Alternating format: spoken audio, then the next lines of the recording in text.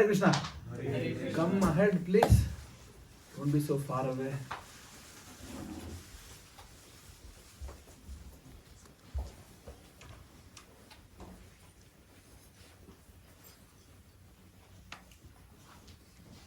Ekadashi is today, tomorrow? Monday. So very happy to be back here, our second home, Berlin. I hope you're also excited to hear Srimad Bhagvatam and make some positive changes. I hope that whatever we discuss here adds some value, at least in your life. And this seminar series I have named as Investing Our Mind in Krishna. Sumit, Shamlal Prabhu, I had sent you some verses. Yes, I have posted in our community group. But you said that there is a projector. So, like, we couldn't arrange the. No problem. Evening maybe then? Yeah. So we'll do that in the evening then. Yes. That's okay. No problem. So minor shift in agenda then.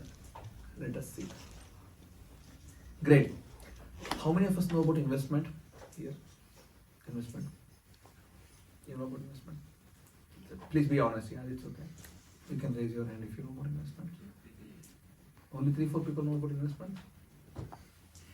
You know what is investment? What is it?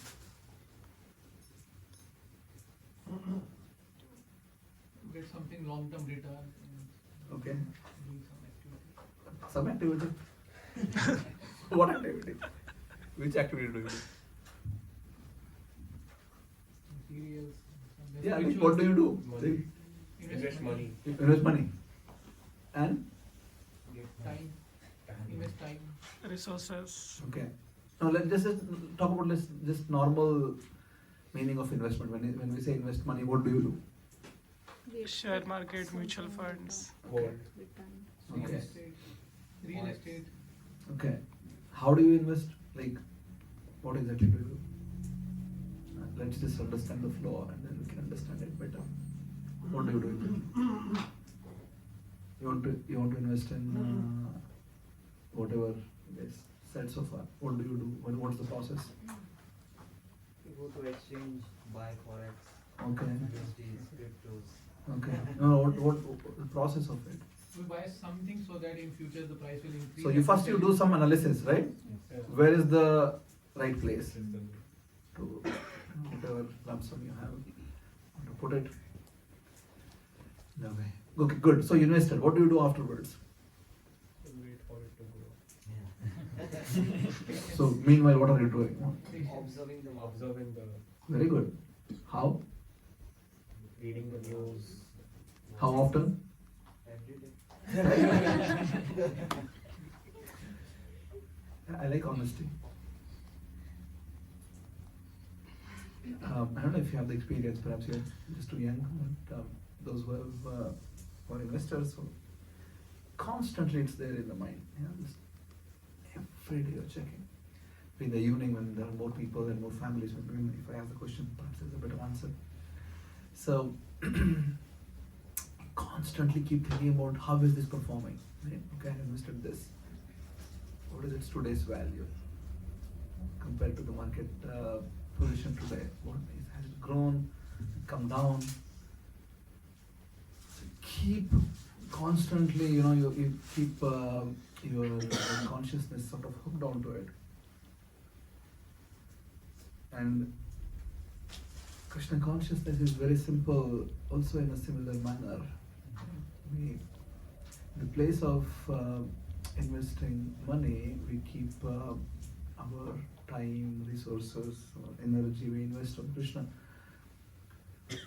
And if we are sincere about it, if we are really wanting to make progress, in the simplest terms, Krishna consciousness means to keep Krishna in our consciousness. That's what is Krishna consciousness, right? Isn't it? That your consciousness is in Krishna. And Prabhupada has made it very simple. You don't need to be a very complicated person. You don't need to get a PhD in it. for this example that you're drinking water and just think that Taste of Krishna is taste of water. It's very simple. Just look outside and then you see there is sunlight coming from Krishna. So it's very simple as such when we tell like this, but then becomes very complicated when if you want to really apply it in our lives. Yeah. Now that we are somehow here in ISKCON and it's there in our brand value. ISKCON is about being Krishna conscious. Have you ever thought that you should become Krishna conscious? Like seriously put some focused effort and conscious thinking that I want to actually become Krishna conscious. Yeah? What have you thought, Srimad Prabhu? What is that which you... Yes, I have sat down, I have just consciously like I want to be Krishna conscious. Bro, I think while chanting. While chanting. While chanting, and Okay. also sometimes while doing kirtan, I felt like this is the moment where I should be really focused on Krishna and become Krishna conscious. Good. What about other moments? Other moments, so it's still like if I can catch my mind, Yeah. so I want to bring it back and like think about Krishna, but when I am on the autopilot mode, Yeah. then I am not able to think about Krishna. Very good. Thank you. What are you thinking about then? Maybe what is happening in the day-to-day life and planning about future and worrying about the past, something very good. Very good. Anyone else want to be also honest? Like how Shamlal Prabhu was? Where is your consciousness usually? What is that which you keep churning? Let's actually do this exercise. Please close your mind. Ask yourself, what is that which is the most highest absolute, there are a few things perhaps, that which is taking majority of your consciousness. What is that which you are sort of chewing in your consciousness to say, what is that one item? And if you all tell that, no, it's about Krishna, seminar is over then. So let's be honest. Just meditate on this one thing, that what is that one thing I'm really always churning in my heart. For some people it may be, I want to get the job. For some people it may be, I want to finish my studies. Some people it may be, I need to get married. Some people it may be, I need to get a house. Some people it may be, I need to get the child. Some people it may be, I want the next Tesla. For some people it may be, I don't know what to do, I'm just so worried. So let's just be honest. I will not ask you back. So just be honest. Think about it.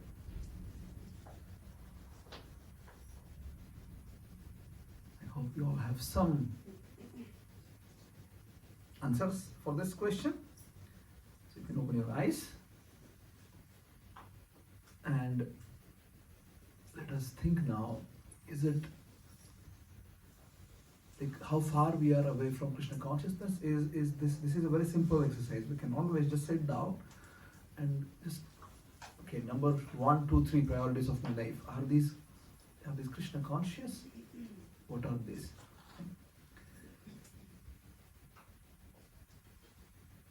Last time when I came, we discussed this concept of mathematical logic, converse logic. Anybody remember how we had discussed about this? No, nobody remembers. Brahma Vimohan Leela. No. Mathematical logic in a converse way, that if you love someone, you like to talk about them, think about them, share things about them, keep analyzing them, wanting to know that what they like and don't like, and wanting to please them. Yes? If you love somebody, this is what you do. Right? Is it right, or Yes. I'm just making it up? True. Yeah. If you really like something, then just forget, okay, for someone or something also.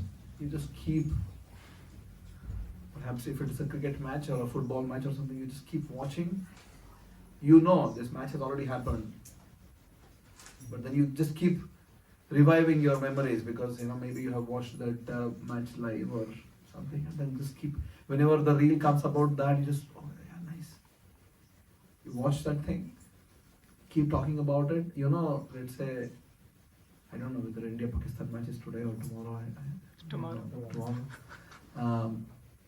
So there is this, in India, of course, cricket is very famous, and when India won the World Cup 2011, there was this Dhoni who hit a six, and every time it comes on TV or in Facebook, people are like, wow, it's nice, right? You know it has happened, this is a done event, but if you're a lover of cricket, you just keep watching it and you just keep analyzing, you love to talk about it all the time. for 1 week, 2 weeks, 3 weeks, even after the event, all the newspaper articles, all analysis, every single thing which came, you make sure you read from top to bottom, you see the review analysis afterwards, and you're just not bored, even though you know that this has happened, because you like it. You just keep churning it, and you feel joy. Yes? And that's why you do it, right? If you don't feel joy, who would do that? Yes or no? So, this is what we were discussing last time when I was here, that in mathematical logic there is something called as a proposition, a statement.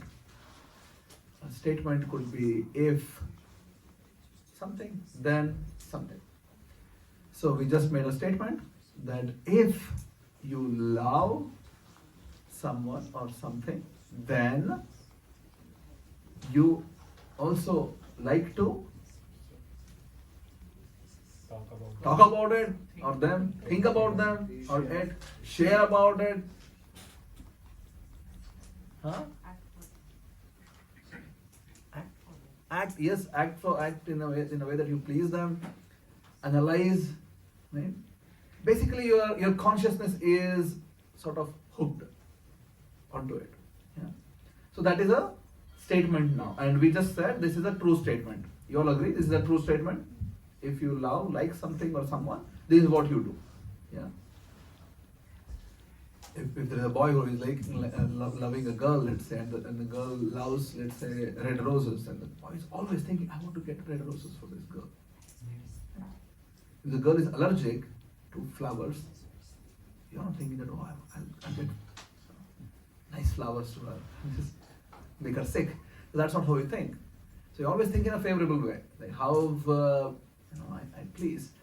The consciousness is active then, right, on one thing, and we just said this is a true statement.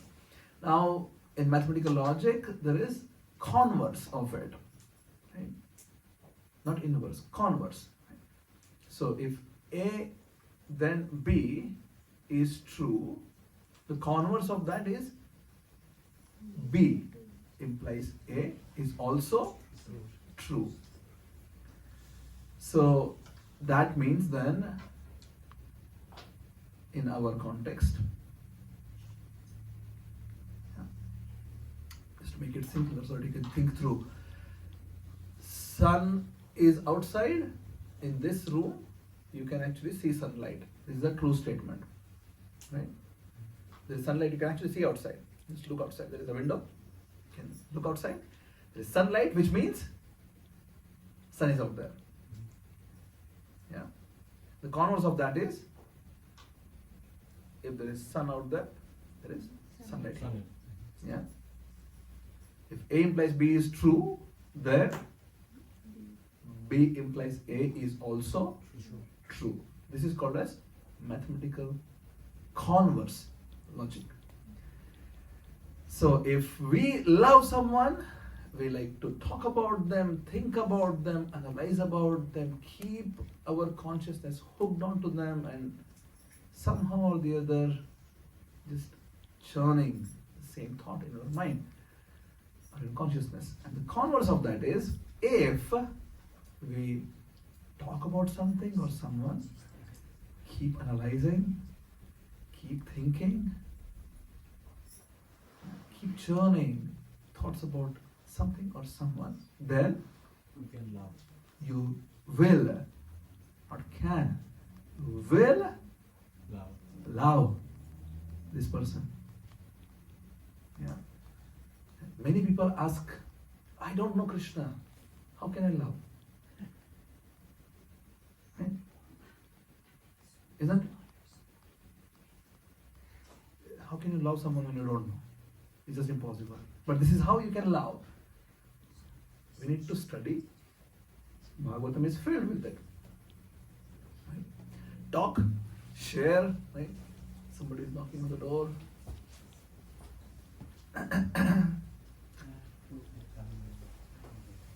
You talk about Krishna, hear about Krishna, remember Krishna, keep doing these things, and then you will Start loving. love Krishna.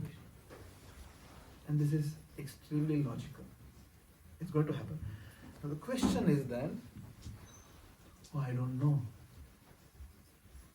I don't know really how to do this. And then it's very simple. Just need to take it like this.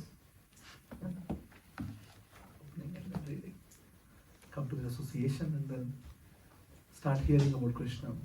Then give it a shot. Speak about Krishna to your friends and families, and let's connect everybody with Krishna. And in the process, you will start loving Krishna. You will. It's a very logical thing. You will start loving Krishna. Is it making sense so far? Yeah? So, let us discuss a bit of Bhagavatam. In Srimad Bhagvatam, there is a story of a king called as Bharata. Bharata was he was not just the emperor of this earth, but the son of Rishabdev. This is, we are talking about very, very, very long ago. This guy is ruling a lot of different, not just one planet, but different planets. And then, after ruling it for quite millions of years, eventually, he was still young, but then he was like, okay, I'll retire. Then he went to the banks of Gandaki river. This is in Nepal, current day Nepal, where you find Salikram Shilas. And he went to the place where it's called as Pulaha Ashram. He was there. And he started performing his bhakti practices. So, the practice of bhakti, there are a few stages. Right? In the beginning, it is Shraddha, there is a sincere quest. And eventually, you have, when you get this sincere quest, to go and figure out what is it. There's Sadhu Sangha, association with devotees. And then there is sadhana, bhajana kriya. You perform your sadhana very intensely in a way that you're actually connecting with Krishna. And then comes the steepest curve called as anartha nivrutti. It's like almost 90-degree slope. How many of us have experience of riding bikes in a uphill? Like really steep hill. So you come very fast. You try to go as high as possible with your whatever momentum you got before. But then at some point of time it became, thanks for coming. It becomes like, it's too tight now. So you're like struggling and then if it's really, really steep, you're like, you can't pedal anymore. So what do? You get down and start pushing. And you'll be like, it's so difficult, it's better I just go down. It's a very easy path. So bhakti path also becomes like that. It's like at some point of time, it's like this. The slope is like this. You're like, oh my God! Like, it doesn't seem like ending at all. It's been like few years now. I'm chanting Hare Krishna mantra, and then still all the lust is there in the heart, all the greed is there in the heart, all nothing is really functioning. And what's going on? It's a really steep curve.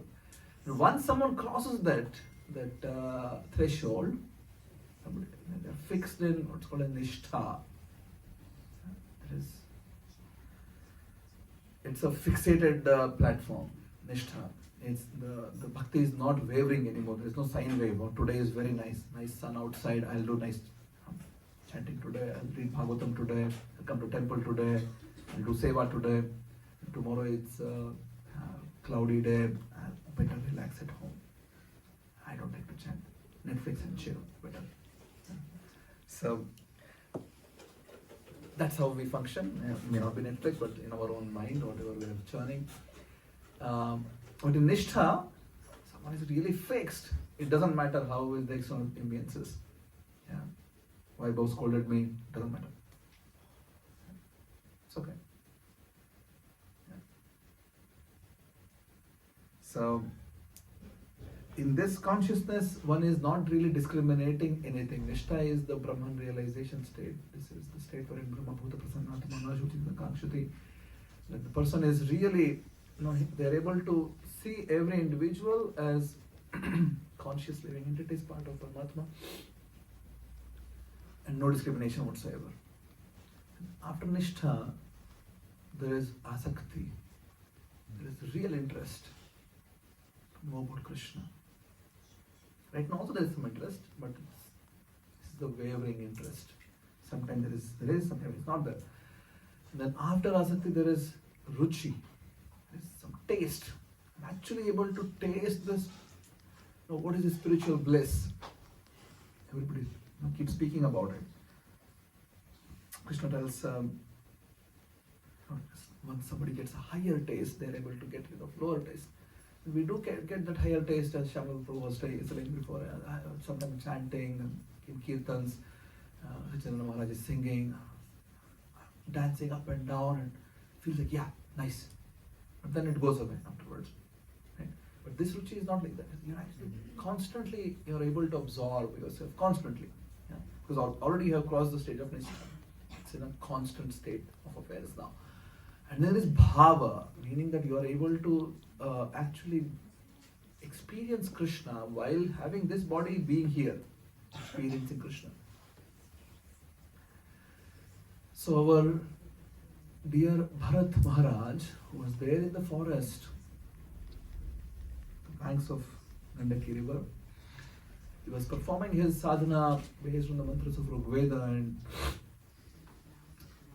approaching the Supreme Personality of Godhead, Narayana, through who is there in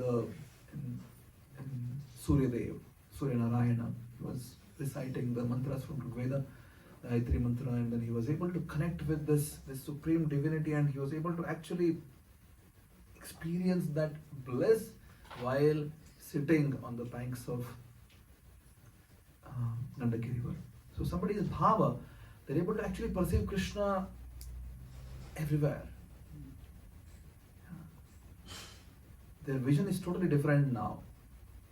First of all, material vision has already been uncovered.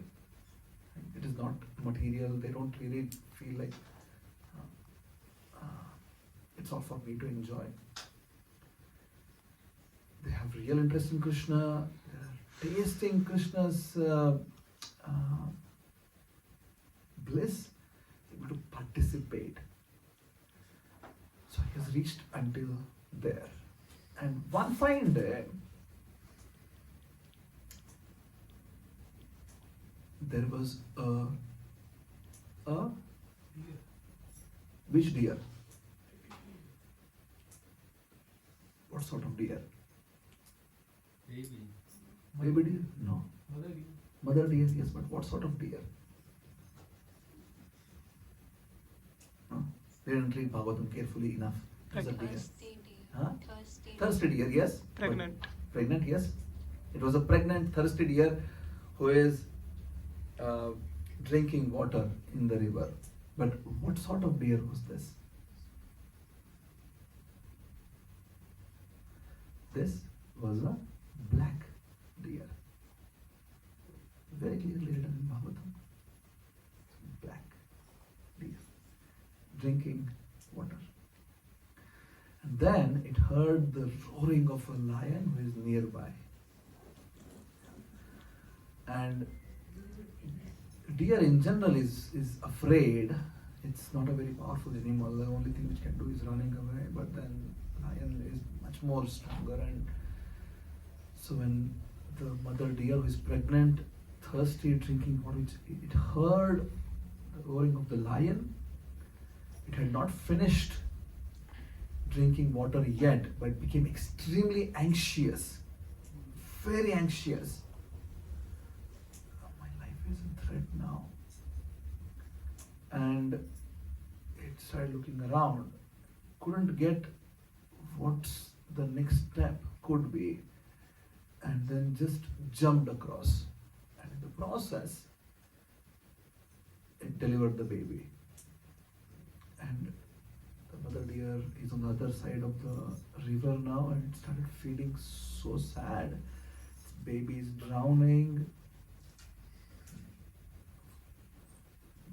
She was extremely hurt and just collapsed and died. Yeah. And Bharata is observing this. Yeah. Now the deer is drowning. Black deer. Remember this. Bharata jumps into the water. He takes the deer, protects the deer from the water, and looks into the eyes. Have you seen deer's eyes? Very nice, very sharp. Black deer, amazing eyes. What is Bharat thinking? He has taken my shelter. No, Who will take care of it? no, Pity, hmm? pity. No, Checking whether life is there or not. no. Is alive already.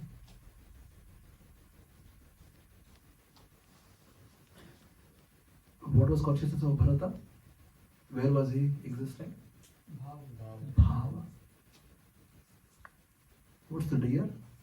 Black. Eyes of deer. What is Bharat thinking? Maybe the deer's eyes He looks is- like Krishna's eyes. He is consciously thinking, wow, this looks like Krishna's eyes. Yeah. But then he brings it. And then the reality was that deer was not really Krishna. And then Bharata started thinking, until then it was fine. Then he started thinking, oh, you know what you all said, right? It doesn't have shelter, it doesn't have parents, there are wild animals there, and how do I protect? How do I take care? Yeah. And when you consciously think about these things, what do you will do then? You will. You will have husband. We'll fall in love. You'll fall in love. It's very simple. Whatever you are churning, that's what you will fall in love with. Yeah. So one who was almost fully Krishna conscious, eventually he just started thinking, how will I please this deer? Will I take care of the deer? What is the deer liking? And then consciousness just shifted. And one was Krishna conscious became Deer. deer conscious. Yeah. Now, of course, it seems like, wow, what's the big deal? Yeah, we have read this story multiple times, heard this story multiple times. Big deal, no problem. Yeah. Now let's come to reality now. Our lives. Close your eyes. Think now. What is that dear in your life?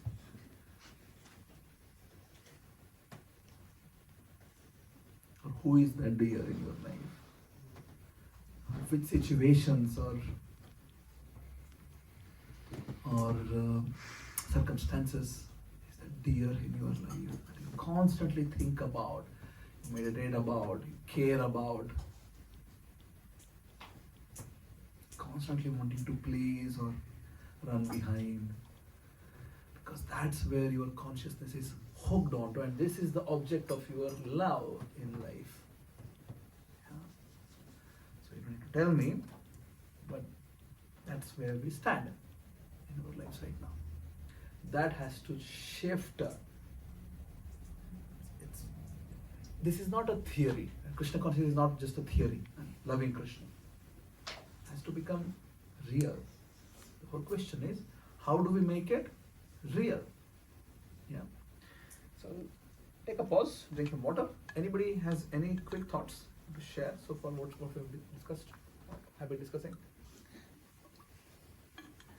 Can I ask a question? Quick question. So, in material life, because I'm sure everyone has their own problems, Yeah. and a lot of insufficiencies we have, and personally, I always think about it. Does it mean that I'm in love with my own problems now? Yeah. Like, because I'm in love with my own problems, is that the reason I'm unable to overcome them? Yeah, you're basically in love with your own selfish idea of life. And that's what it is. So, most of the times, that's what 99.99999% of the population is doing. Yeah. Entirety of human race is not utilizing human life. In Shastras, that's why, of course, we have heard this many times in our lives. Maybe this is the first thing which we heard. Eating, mating, sleeping, defending, these are animalistic propensities. You have to be doing something above and beyond this. That's when you're a human being. But the question is, how much are we doing which are beyond eating, mating, sleeping, defending? Yeah. Even after coming to the association of devotees, even after getting a process for self-realization, even after doing it, still you're very busy with eating, mating, sleeping, defending. Yeah. So as long as they are the front driver of life, yeah, one may be coming up with hundreds of issues in life. I have this issue, that is not going right, this is not going right. You don't know, Prabhu, my problem is very no. Details could be different, but ultimately they fall into the baskets of eating, mating, sleeping, defending, nothing beyond that. Yeah.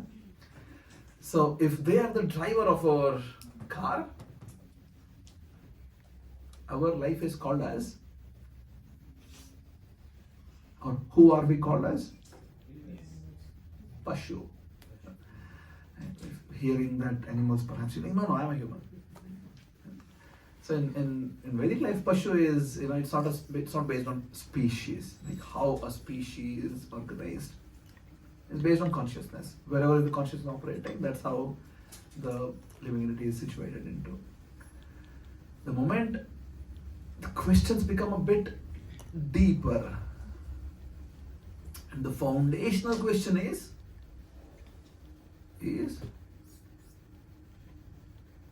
what is it? Yes, Ruchi. Who am I? That's the foundational question. Yeah.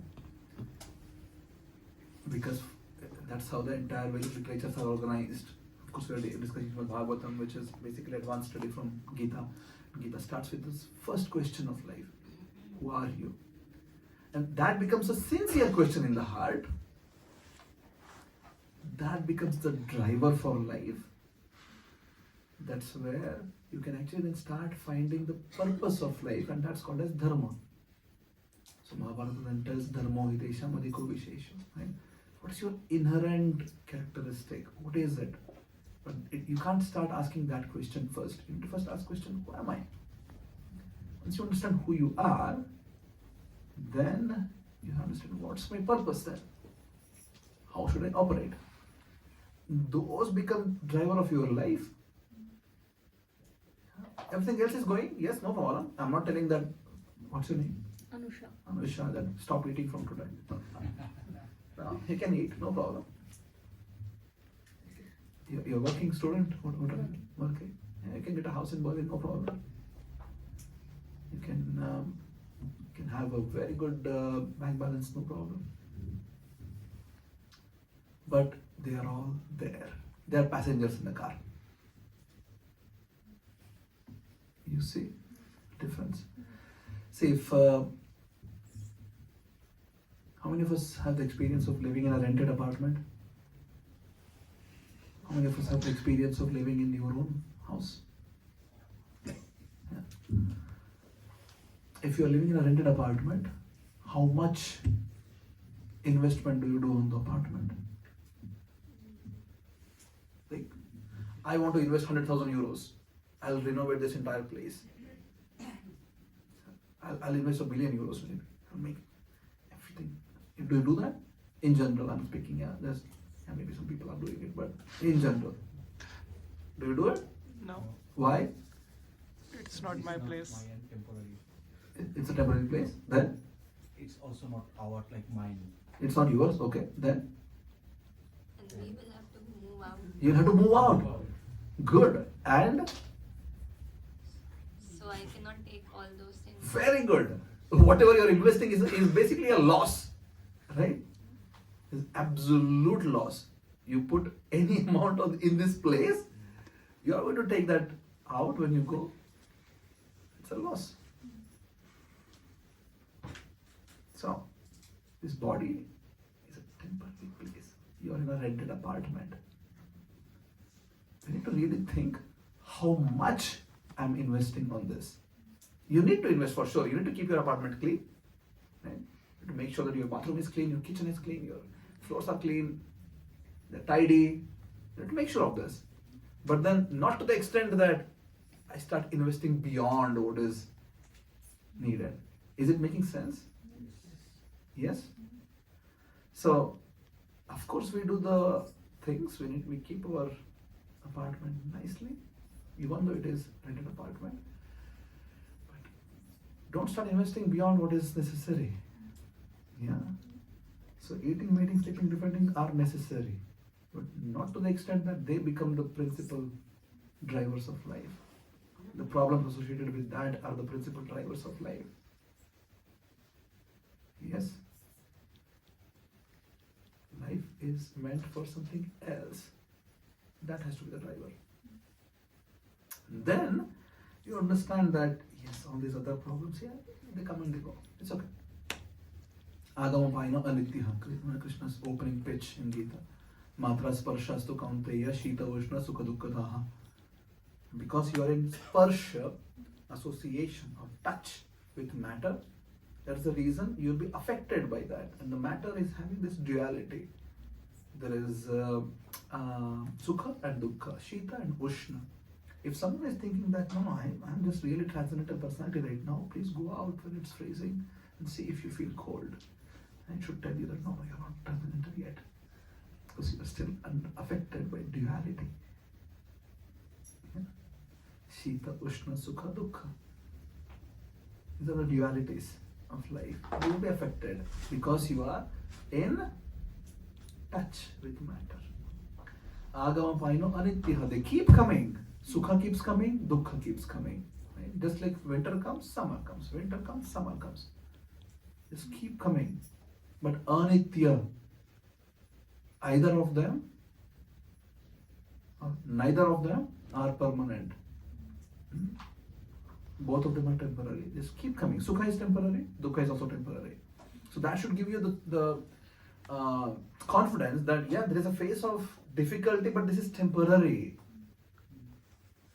Yeah, and when you get happy phase, you should understand this is also temporary. Yeah. You need to be able to tolerate it. And then keep driving towards the ultimate purpose of life. Okay? Hare Krishna.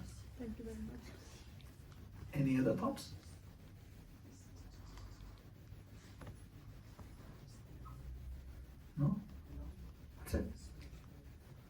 Shruti? Nothing? Shruti doesn't have a question. Wow, that's a very interesting question. Yes, Prabhu. Hare Krishna. Hare Krishna. Thanks for your Thanks for talk. coming. I was a little bit late. Sorry. Anyhow, I was thinking about because we in the is on actually. Yeah, it is on. So I was thinking about this term you used for this consciousness, but it could also be in animals, like we heard about. Is it true? Yeah, What which is this- consciousness? What is this consciousness? Pashu. Pashu. Yes, yes. So now we know that Bharat was in this body of the deer, but he had this higher consciousness already. Or we also know from Bhagavatam that, let's say, the Arjun trees, Yes. they had also certain other consciousness than Yeah. normal trees. So in Kali Yuga, do we think that it's also possible that there are some beings there which have higher consciousness but have not the fitting body? Like usually you would think only human could have human feelings or thoughts or something. So is it still possible that today there is something like this, and then even would we recognize it, or would we not Yeah. could we not recognize it? Very good. So ultimately the characterization of species is not based on the body form. So when we say 8.4 million species, it is not that there are 8.4 varieties of bodies. It is 8.4 million species of consciousness. So someone who is basically having this quest that I want to find the purpose of my life is categorized as Nara. And in general, they look like this. Yeah, in general, Nara is like this. Nara are having this special facility in their, and this is for today evening, by the way, but you can just touch upon. They have a special prerogative in their body which facilitate this thing. It's called as buddhi. Yeah. So it's the buddhi which is supposed to be the driving. When buddhi is the driving principle of life, that entity is called as a nara. Because that's when the questions come, the seekings come, the quest, innermost quests come.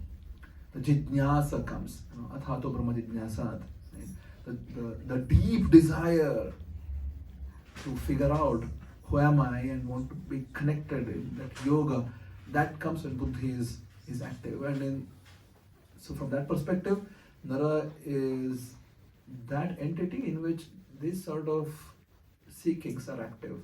But in some cases, there are also other species of life, let's say, who also have this seeking, and in some special cases, like Bharata became a deer, he was in the deer body, but then consciousness is still intact.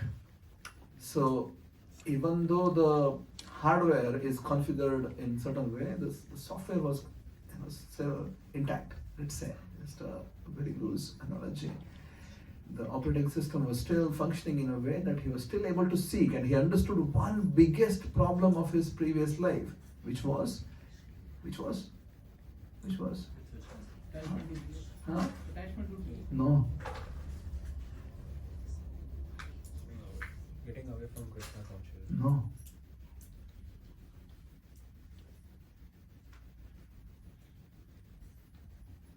Attached to material thing. No. Coming back to Krishna. No. Problem. What was the biggest problem of Bharat's life when he's almost reached the stage of bhava? Still there was a problem. Association of There was no association. Yeah. The guy was just on himself, he was able to do a lot of sadhana and was able to just attain a lot of spiritual upliftment, but there was no association.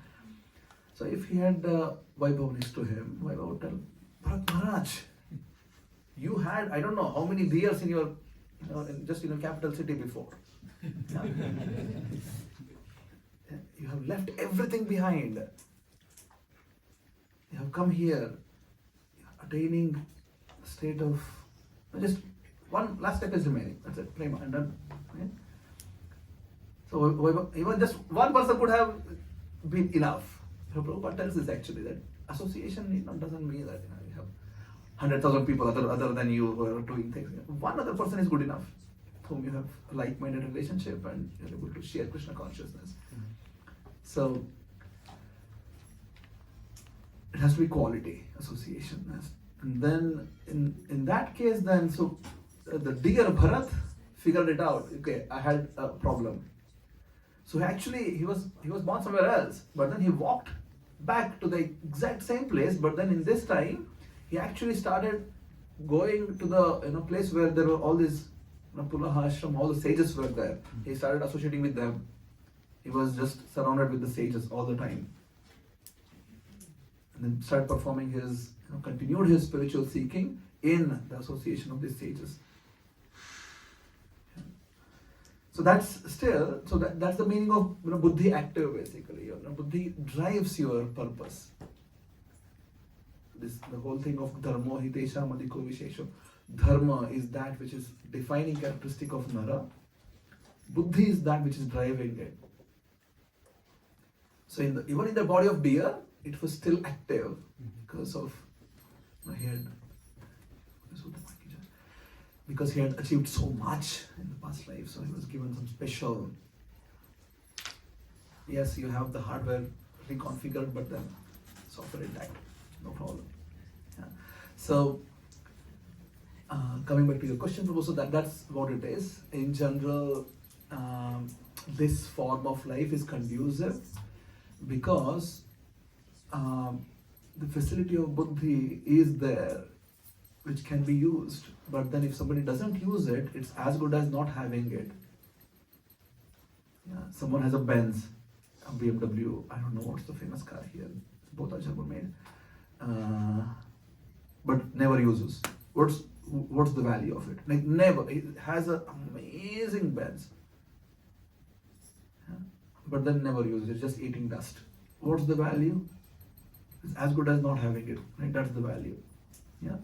So similarly, you having this amazing human life, not using it in the way it's supposed to be. What is the value? As good as not having buddhi. Then what is that called as? Pashu. Yeah. It making sense? Yeah, Pashu basically has buddhi almost switched off. A tiger, let's say Shamlal Prabhu finds a tiger. Shamlal wants to preach to the tiger. No. Eating meat is not good. Killing animals is not good. Shamlal is preaching and preaching and preaching. And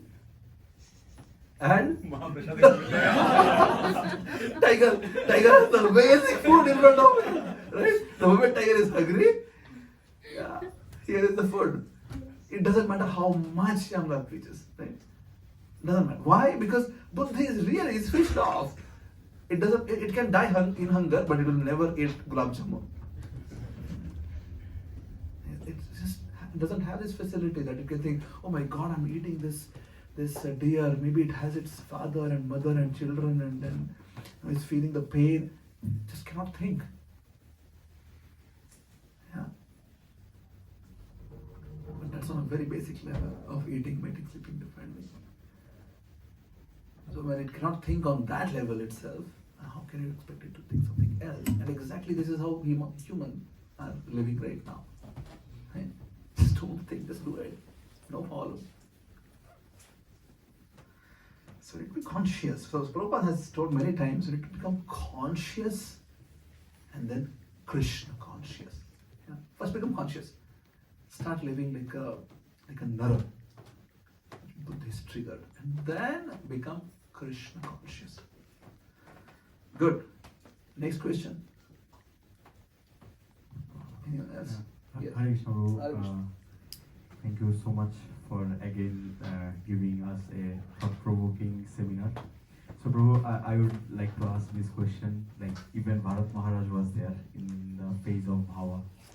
So from there also like he had to go through a lot of things, like a lot of lessons. So Prabhu, for us, like whoever are like really right now inspired or inspiring to become a devotee, Prabhu. So like how can we get the hope that even if we are not there, maybe we are in the level of Shraddha or Anartha Nivriti. So like how can we get the hope that yeah, we one day we will be there? So first thing is that there has to be personal realizations. That you need to get your own realization. It can't be just borrowed information. That, oh yeah, I heard from Maharaj this, I heard from Nilambara this, I read from Bhagavatam this, I just borrowed everywhere. At some point of time you understand, oh, where is my personal experiences which you can actually relate to. If someone is only in the borrowed realization phase, like everything is borrowed. I don't know if you have experienced this, Shamla Prabhu or other also. There are so many devotees in our moment. Mahatma Prabhu calls this pure devotee syndrome. Yeah. It's like you go and ask them, they never connect with life. They just give you philosophy. Right? You tell them, Prabhu, I'm undergoing this situation, and they just bombard philosophy on you. I don't know if you have experienced this, because they think that they are already aloof, they are already a step higher. They can. So, but in majority of those cases, it's just a feeling that oh yeah, I have been in Krishna Conscious since last whatever number of years now. I know everything, and then when situations happen to them, previously they were a judge, now they are lawyers.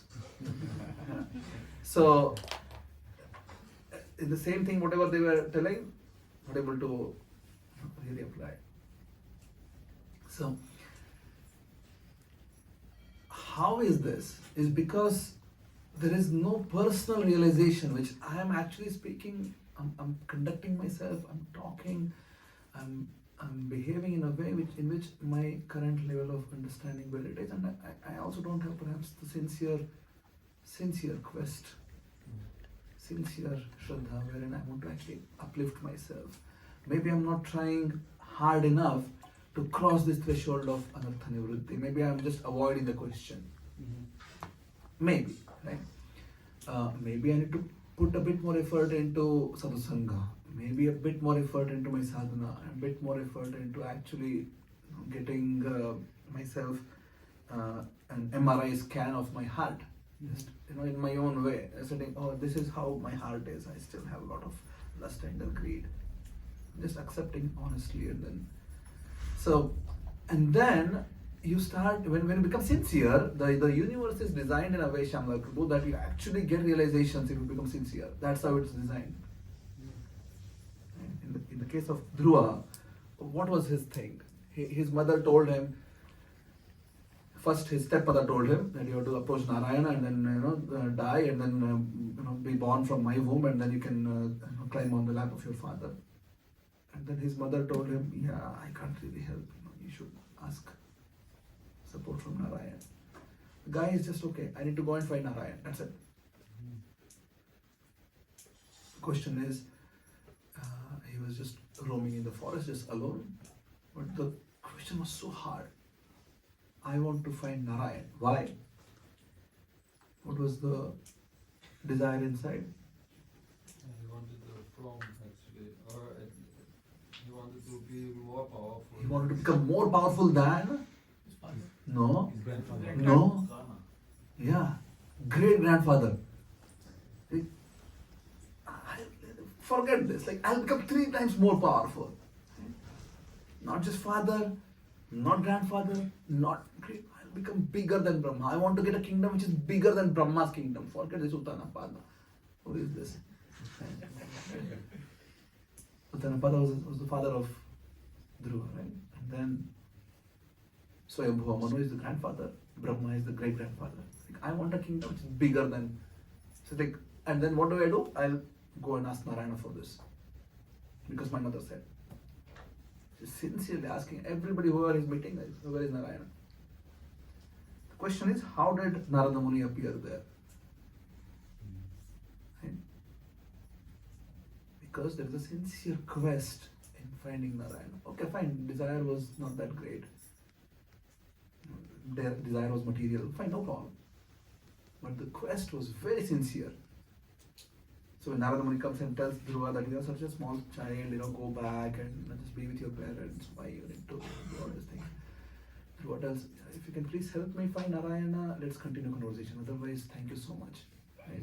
So, it's so strong quest. So the universe is designed like this, right? So you will find these moments wherein not just Narada Muni, perhaps we may or may not come across Narada Muni to give us personal guidance, but you have enough, you have Srimad Bhagvatam, enough words from Narada Muni, enough words from Srila Prabhupada, enough words from Krishna himself, enough words from other great sages. You have your own spiritual master, you have Chaitya Guru inside. These will give you enough inspiration to get to the next step. The moment there is sincerity. I want to become sincere. So, Shraddha is faith, but is also is attention, care. In Srimad Bhagavatam, first canto, Prabhupada translates Shraddha is attention and care. Shuddhadanasya Vasudeva Katharuchihi, in that verse. So, that sincerity has to be there. I need to be able to just really, okay, I'll make sure that this is fulfilled. I'm walking on a path I really want to find. And then universe will help you. If you are just on your own, you will be like, I'm so frustrated, I'm just my own. But then you're not just on your own. The universe is supporting you and your spiritual advancement. The universe is created in a way that you actually advance yourself. So by design, this is how it is. So we should feel supported always. And there is Krishna. In the case of our acharyas, Bhaktisiddhanta Saraswati Thakur, he was doing extreme austerity for such a long time. The story perhaps that he was just eating like a cow, just one morsel of food every day, chanting 192 rounds every day, and it's rain or shine, whatever. He's just doing his very heavy sadhana, and at some point of time, the entire Panchatattva, they appeared before him, and they told him, Bhaktisiddhanta Saraswati, now is the time you go out and preach. Whatever you want money, resources, people will provide you, don't worry. Just go out and start preaching. He just came and then went around India and established 64 Gaudiya Maths. Because support is there. In Srila Prabhupada, in his purports, many times, I don't know if you have observed this, Prabhupada never tells that I have done this. You have seen this? So he always writes, we have started this. Who is this we? This whole battalion behind. Who is this? There is support behind. We have started this International Society for Krishna Consciousness. Amazing, isn't it? So the support is there. Just feel supported. And don't feel that, I'm just struggling in my life. No, there is enough support. And when you feel supported, when you have your own personal experiences also to back this up with, then you will not be playing the game of, what if that, what if this. That's not your game. Yeah? Because you know that, yes, I'm supported. Yeah? It's like in the Mellows, of course in this year Rajesh Mellows was different, there was a bigger hall, but until last year, a small hall. How many of us been Rajesh Mellows? Nobody? Wow. No, but Rajesh Mellows specifically. Okay, but I can tell, it was a small hall, it could hold maybe 300 people. There were like 700 people inside. And then it's really difficult to actually find a place to sit. But then when Kirtan starts, everybody, when fast beats start, everybody's up, jumping and dancing.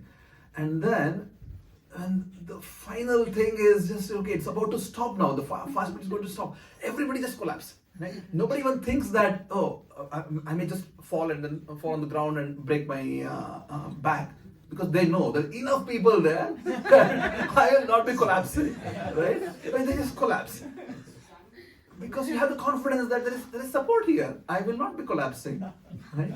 If someone falls like that, and then this normal, just one person, they will break their back maybe. But then because they're like jam-packed hall, you know that there is support. You will not just fall apart. So that's in essence what is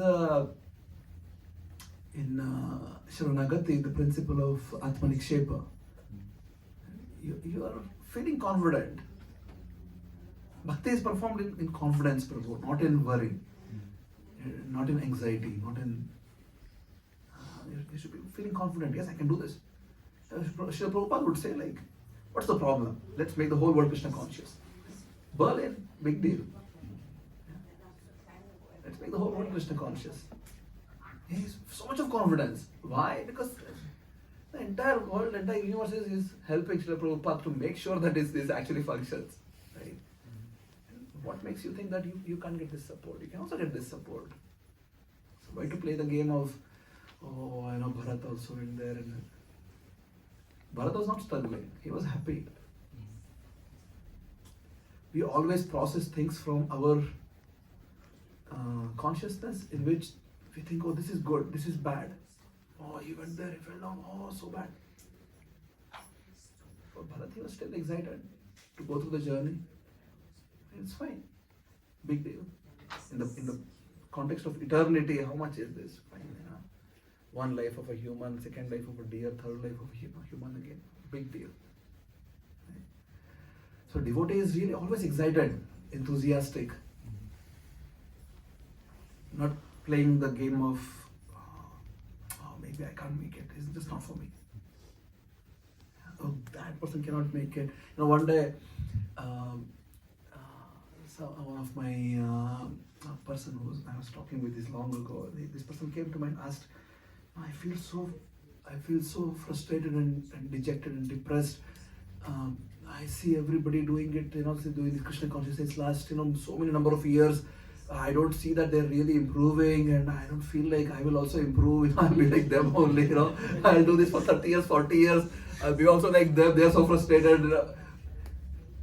I told him, even if the entire world, you see, they're doing something, but they're still frustrated in Krishna consciousness, you should not feel that you will also fall in that basket, right? You need to have the enthusiasm that, yeah, they failed, no problem. Here is the process. I'll apply to myself in a way that I feel sheltered and protected and supported all the time. And I make the advancement. I will, for sure. This is not a statistical process that, 80% they are the ones who are going to make it, or 20% of the ones who are going to make it. Rest 80% fail. There is only 20 seats to go back to Krishna. Right? Who all want to go? Right? So it's not like this. There is enough place with Krishna. Krishna can take all of us. So why should we feel worried? Why should we feel low? Make sense? Hare Krishna. Thank you so much. Any other thoughts? Yes. I just want to add, because I thought now, while we're talking, it's very interesting. So for everyone has a very unique journey, actually, obviously. And Krishna provides individually for everyone the things which he needs. So everyone could make this experiences for his own suiting for his own conditionings. So like Dhruva, he also didn't have association, but he made the process like when Narayan appeared. Like the Bharat, he had to go more lifetimes. So whatever comes, anyhow, it would be good. Yeah, and then at the end, both of them made their life perfect. Dhruva, just 6 months, his life is done. He's seeing Narayana face to face, and the thing with Dhruva was a little different because he was doing absolutely under the protection of Narada Muni. Of course, Narada Muni was not there, but the guy is under the shelter of Narada Muni. He is doing meticulously whatever Narada Muni had told. He's doing it exactly like that. Narada told him, go to Madhuvan. Dhruva walked to Madhuvan. In Madhuvan, make a deity of Krishna. Make a deity of Krishna. Offer tulasi and flowers and fruits. He was doing it. Then I will teach you this Ashtanga Yoga.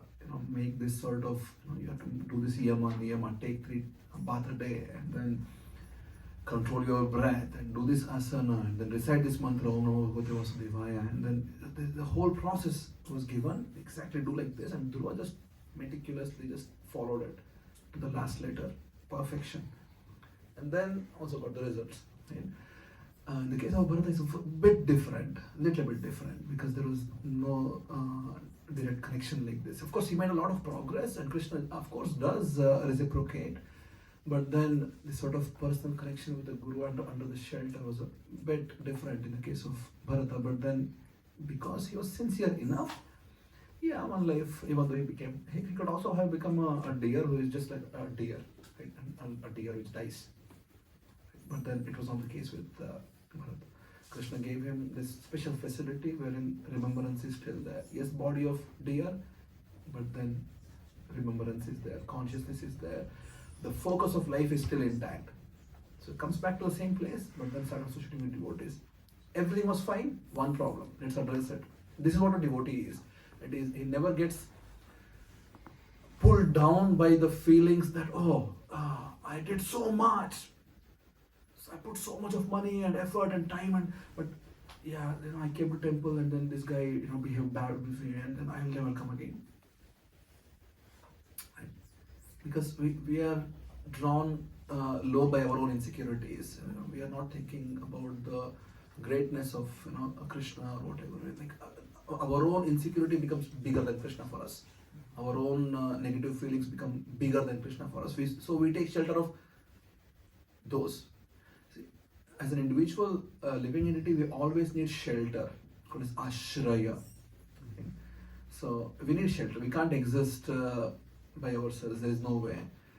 So most of the times we take shelter of. Would you like to sit on chair?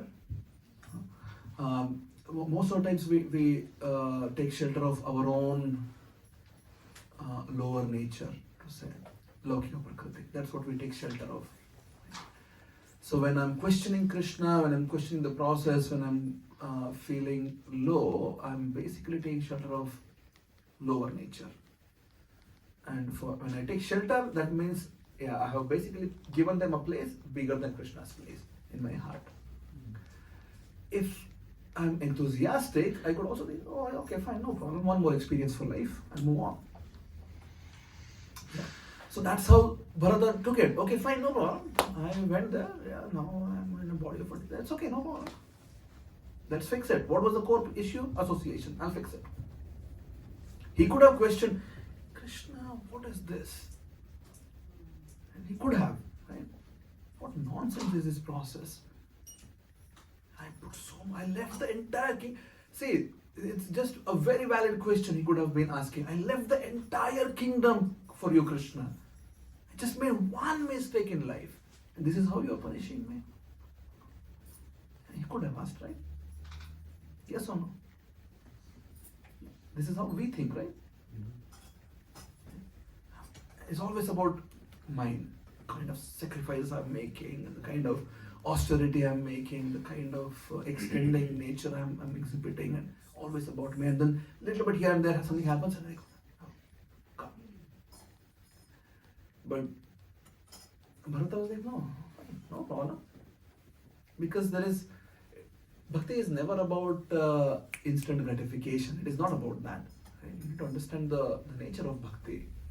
It's not about instant gratification. It's not Facebook Reels or Instagram Reels that, next 5 seconds, 10 seconds are just keeping you extremely excited. Bhakti is a process in which once you actually understand what it is, you are in union with Krishna. You are actually experiencing Krishna, and it really doesn't matter what sort of life one is undergoing. Bhaktivinoda Thakur, Kulashekara Alvar, so many, these acharyas have written this poem so many times that there is this back and forth. There is one information which is, it doesn't matter where you put me. Please make sure I am serving you. Pashu Pakhi, what is this verse? Prabhu Tava Pada Yuge Mora Nivedana. I think we sang this last time when I was here. Bhakti Yoga is telling it doesn't matter. I become a Pashu or a bird somewhere, animal somewhere in heaven or hell somewhere, doesn't matter.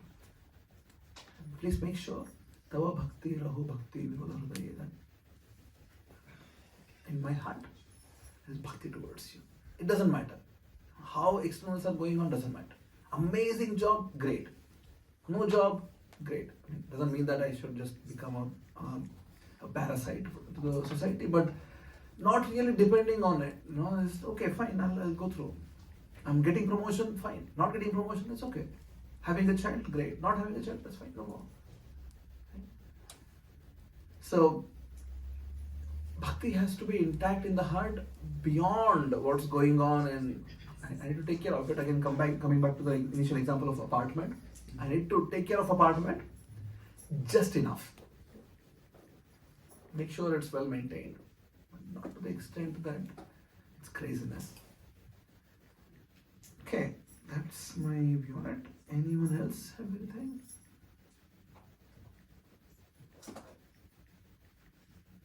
No? Yes, Ruchi. Thank you for the lecture. So we are talking about not getting obsessed and not getting crazy about it. Hold it closer.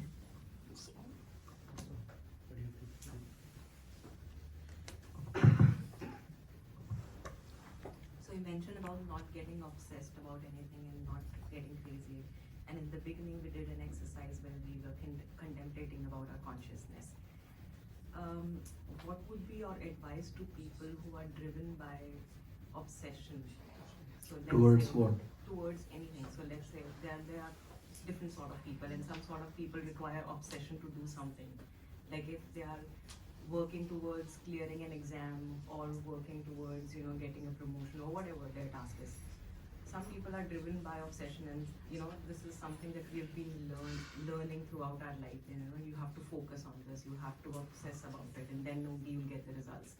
So we tend to obsess about things and get our consciousness driven away rather than being in a balanced state. What would be your advice to? I can give suggestions, of course, no advice. My suggestion would be that please understand these obsessions perhaps are not necessary to life. Some are necessary.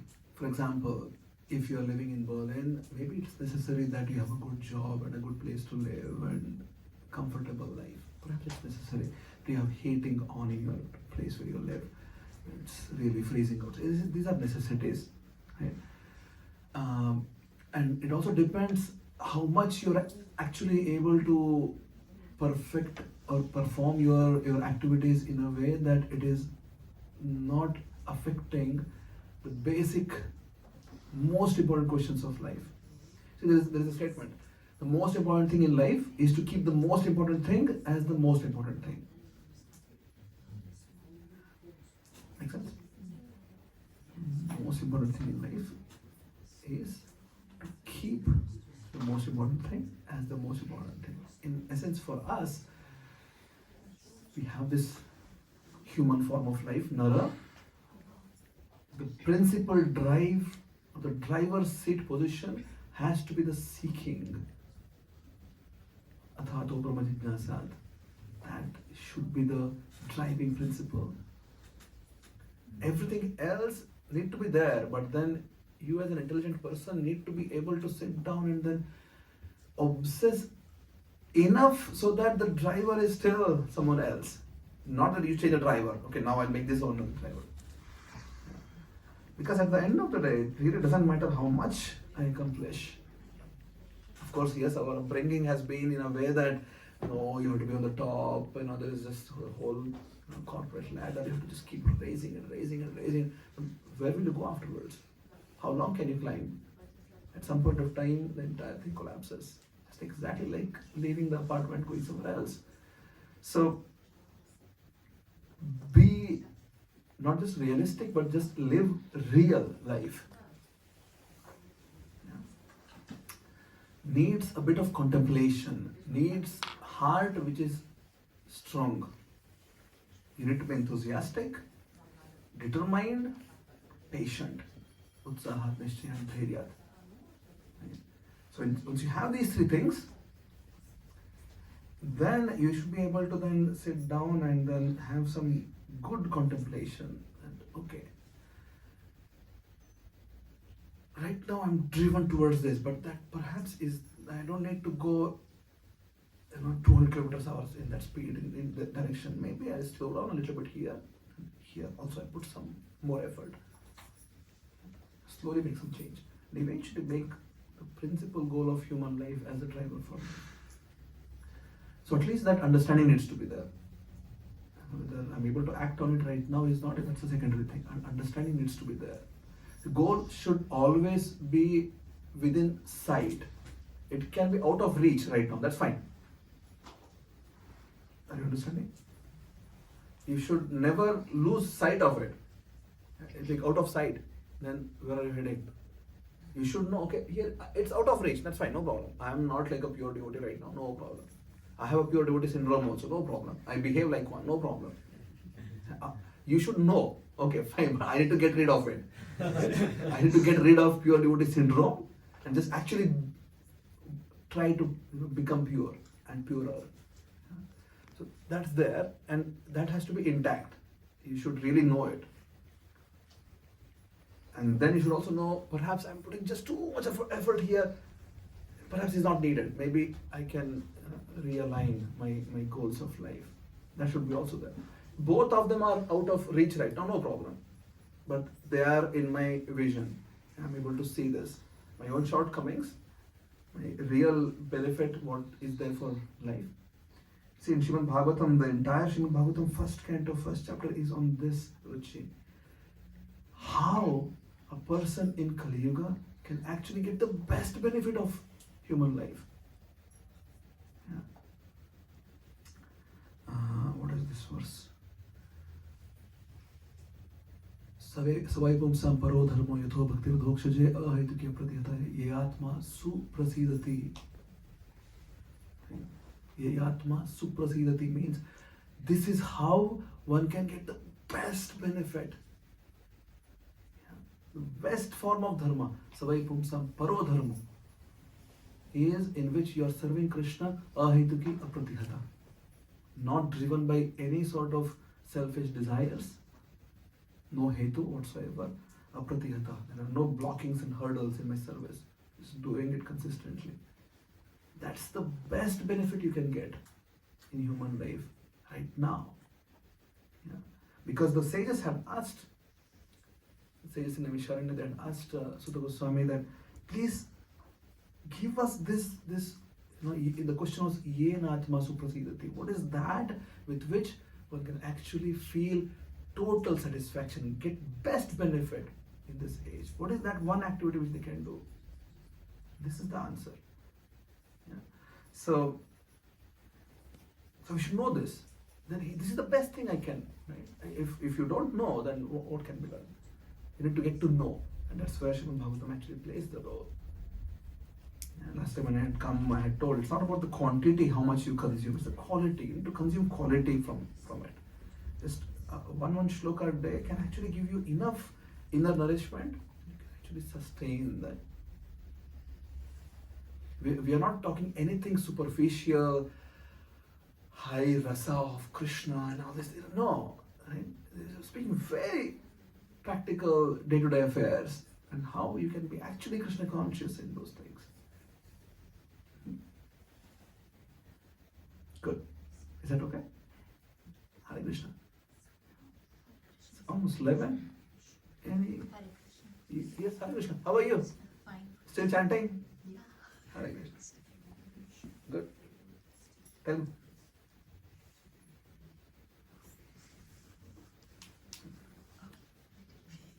Okay, can I ask? It's a continuation of you mean to say that it's the course correction we have to strive for in our life. Yes, course correction has to be there, because otherwise you just don't know. Let's say there are two planes standing in the same airport of Frankfurt or Berlin or Munich, so anywhere. There's two planes and almost start in the same direction, right? And one is just, let's say, 1 degree deviated or 2 degree deviated, 3 degree deviated. Eventually they land in different places, right? It's just in the beginning is just a little bit of offset, but then when you look at the long journey, they both land in a different, totally different place. So course correction has to happen in life, that you understand, okay, I think I'm deviating, I need to correct this 1 degree. When it looks in the beginning, it's just, just 1 degree. But then this 1 degree can save your life eventually. Because when you look at time, then you spend like 20 years like that, always course correcting, align with Krishna. And in 11th canto Srimad Bhagvatam, Krishna gives actually a very beautiful, how many of us want to really become happy? You want to really have a situation wherein whatever you desire happens. How many of us? Just be honest. Yeah? Just be honest. Krishna gives a formula. You know what? He tells, just desire what I desire. It will happen. Yeah? Because Krishna's desire never fail. Yeah? So if you desire what Krishna desires, it will happen for sure. You'll be like, wow! Whatever I'm desiring is all happening. But it's not just because of you. It's still Prabhupada, right? Like, he's like 70 years old. Just think, what is the, in a statistical way, probabilistic way, what is the probability of somebody who is like 70 years going to America and then starting a worldwide movement, which is not just surface, but it's like so deep. 108 temples in the world, so many books she compiled, and what's the probability of this? This is 0, right? But then Prabhupada had basically one most important thing in the right place. He desired what Krishna desired, right? So things happened. So even before Prabhupada got all this, 10,000 disciples or 108 temples, he was just sitting in a park one day and somebody asked, who are you? I'm the guru of the whole world. I have 10,000 disciples, I have 108 temples. And Prabhupada had one disciple in India. Right? I had 0 temples. So you see, this is the meaning of desiring something which is Krishna's desire. And it will happen for sure. What's stopping you from thinking like this? Is there something which is stopping you, Ruchi, from thinking like this? You can be obsessed with this, right? I want to make sure entire Berlin is Krishna conscious. Who is stopping you from thinking like this? Anybody stopping you? Anybody stopping you from acting on this? Anybody stopping you from really having a nice plan on how you can make this? I want to make entire Europe Krishna conscious. I want to make the entire world Krishna conscious. Who is stopping you? Nobody. You can actually be obsessed with that. Let's be obsessed with service. I really want to serve Krishna. Yeah. It will manifest. Because that again, this is how the universe is created, right? This is how the universe is. If somebody is having this sincere desire, they will be supported for sure. What's the meaning of the universe otherwise? Just a random chance that you are desiring something to serve Krishna, and it may happen or may not happen. It's just a random chance. There is no meaning then. I would rather than just also not do anything. Right? Yes or no? Yeah. If the setup is like it's a random chance, I'm operating in this setup, universe is a random chance. Why should I serve Krishna then if it's a random chance? It is not a random chance. How can we align? How can we know that we are aligning with the? Keep it here. You take one home and. Bhagavad Gita, Srimad Bhagvatam, there are clear, very clear way how you can become Krishna conscious. Very clear.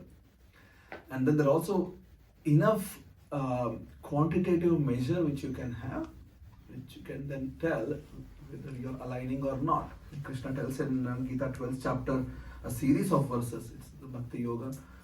And Krishna tells, Adveshtaha sarvabhutanam maitaraha karuna evacha nirmo nirahankaraha samadukha sukakshami santushto satam yogi yatatmata nishchayaha mayarpita mano buddhi yaman bhakta samipriya. Krishna has given entire series of verses, 7-8 verses. He tells, this is what my devotee is and I like him. Krishna is not telling that this person is thinking of a peacock in Vrindavan. No. Very, very extremely practical. Adveshtaha sarvabhutanam. You are not having any sort of dvesha towards anybody. Maitraha karuna evacha. You are friends of everyone. Not just humans, but even ant. And that's the whole Bharat Maharaj story afterwards, right? He became a human and then he is carrying the palanquin of Rahugana. And then he's just dancing around because he doesn't want to just step on the ants and kill them. Because he thinks, oh, this is my friend here. How can I step on it? Yeah. See, one consciousness is, I don't want to hurt them. Second level is, oh, he's my friend. So all these great characters of Srimad Bhagvatam, they have this prayer to Krishna. Krishna, give me service, association. I want to become friends with everyone. All living entities. Parikshit Maharaj asked this. Chitraketu asked this. Because this is how you can then actually practically be Krishna conscious. When you see that these are all friends of Krishna. And friends of mine also. Right? So it's very practical. And there are enough ways in which you can analyze yourself to be course corrected. Okay? Hare Krishna. Yes? How much time do we have, Shama Prabhu? You're over time. One last, anyone?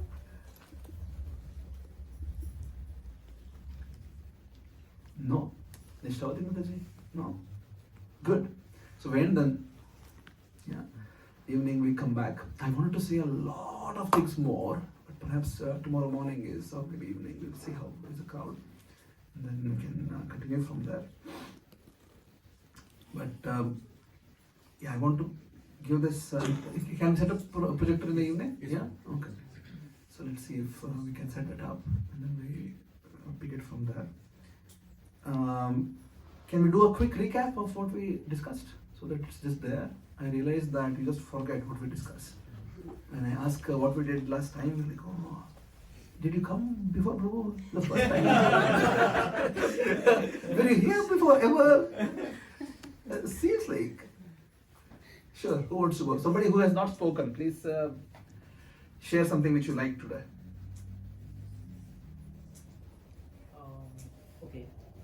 So, I think the first thing that I have learned is we have to be really conscious about what's the most important thing in life, and then as we do certain things, even in bhakti, whenever we feel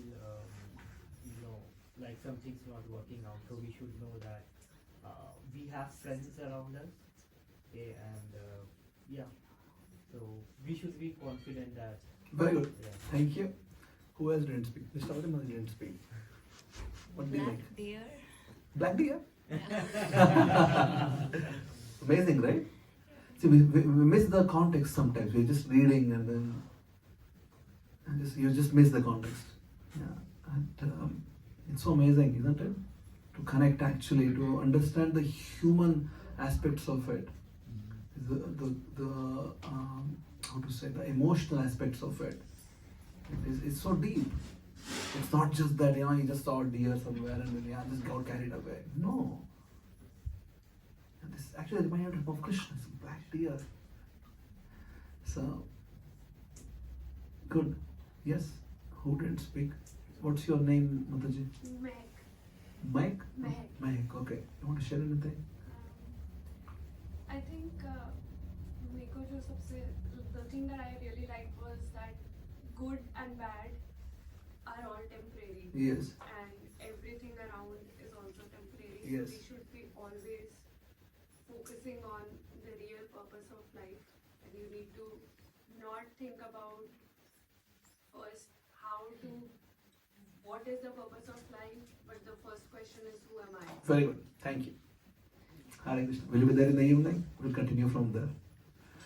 Yes. Yes. All the 4 problems fall in the eating, sleep, and meeting and defending. Yes. And Yeah. Our goal is more than this. Like, what is your purpose? And Very good. Thank you.